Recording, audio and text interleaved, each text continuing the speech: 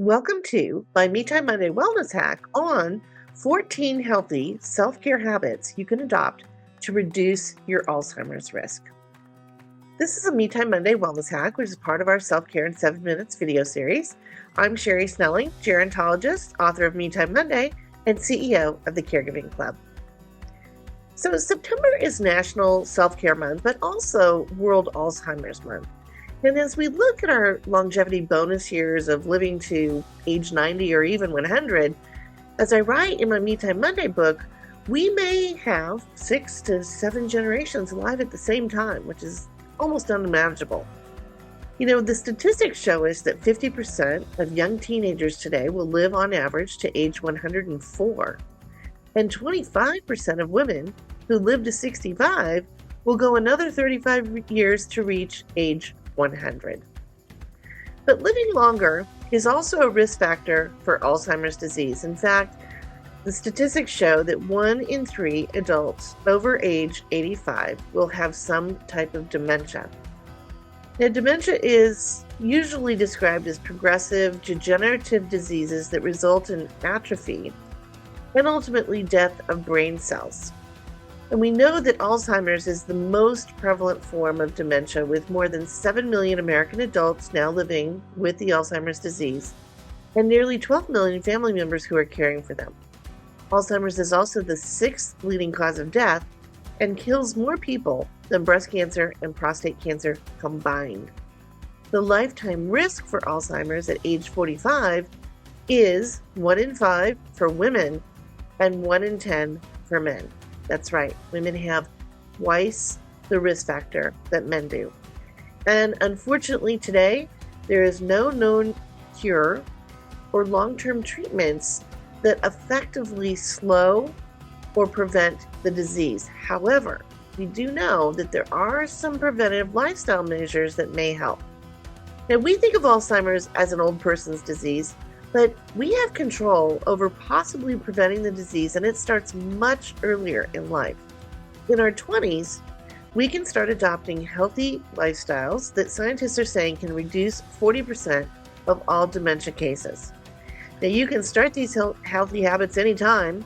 It is a great way to not only practice self-care, but also brain health and reducing your Alzheimer's risk.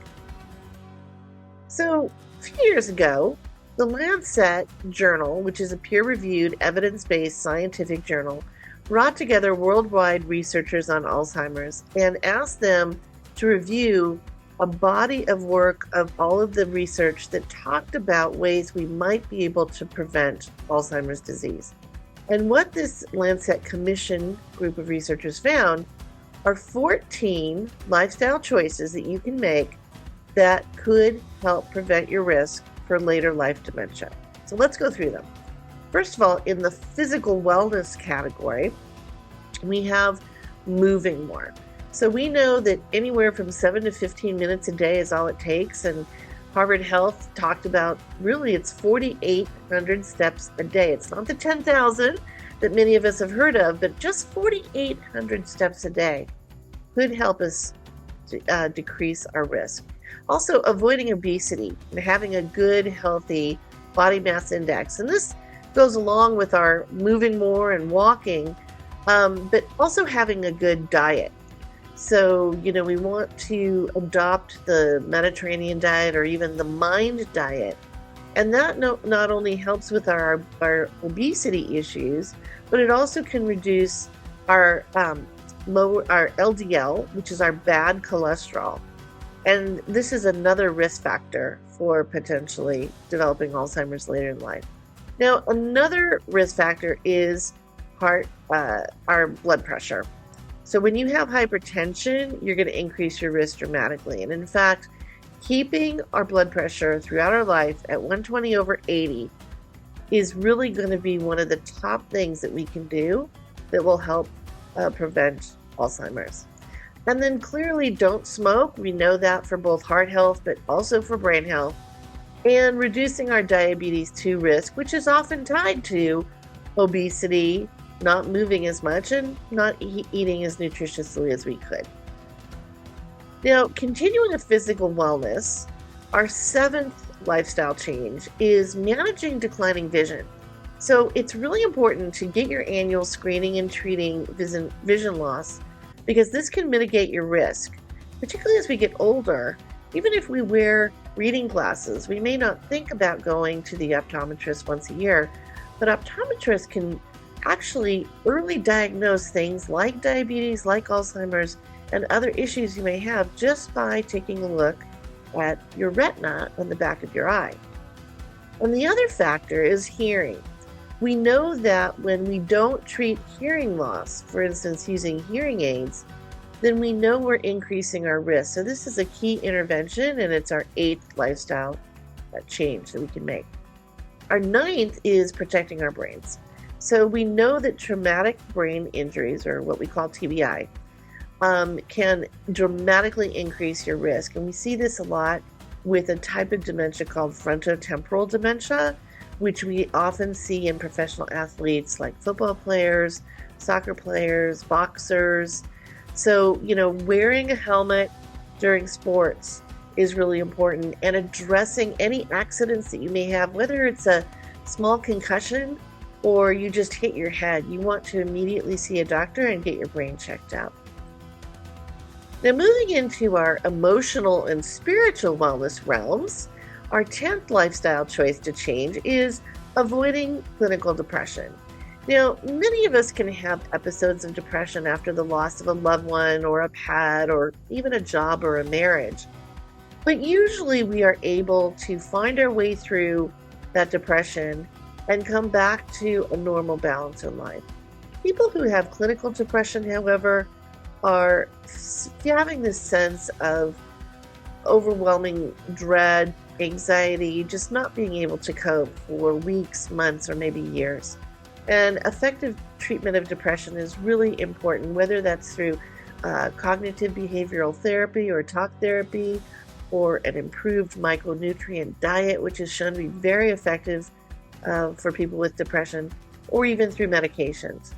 Now, in a previous self-care in 7 minutes video, I talked about joy versus happiness.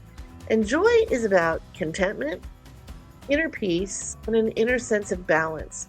So being able to find that sense of joy and work through our depression is going to not only help our emotional wellness, but again, also our spiritual wellness.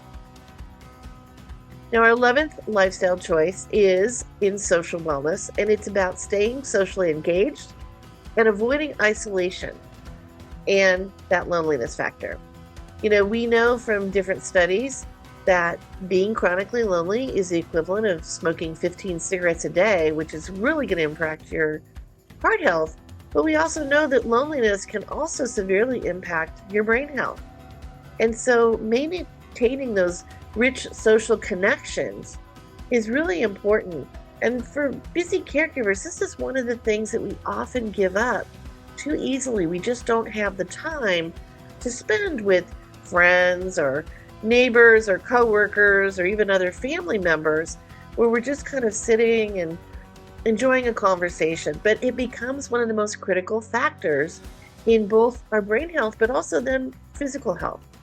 The other lifestyle choice that we're making is around drinking in moderation. Now, we know that red wine, which is often tied to a Mediterranean diet, can be good for you, but it's only good for you if you're having about 4 ounces, and that's with, 1 meal a day. If you're actually drinking more than 4 ounces, and let's say you're getting up, over 3, 4 or more glasses of wine or other types of alcohol, it is really going to impact your brain health and ultimately be a risk factor for Alzheimer's. And our 13th lifestyle change is actually about getting a high-quality early life education, which is really crucial for building cognitive reserve. Now, in the past, having a higher education level meant you could make more money and you could afford to live in a community and have a lifestyle that supported many of the things that we've been talking about to help you reduce your Alzheimer's risk. Maybe have a gym membership, maybe you have other things that you can do that really help because you have that great lifestyle. You live in a great community and have a lot of friends around. And it's also a healthy community. But it's not just having a higher education, and then maybe having, for instance, a 9 to 5 office job. Because we often know that office jobs can lead us to be more sedentary. We're sitting in front of a screen all day. So even the physical jobs, whether you go into plumbing or construction or landscaping, you're actually working out your brain and your body. And it's giving you better executive functioning, motor skills, visual acuity, and endorphins that help build happiness and brain protection. So think about your career as being something that you have lifelong learning for.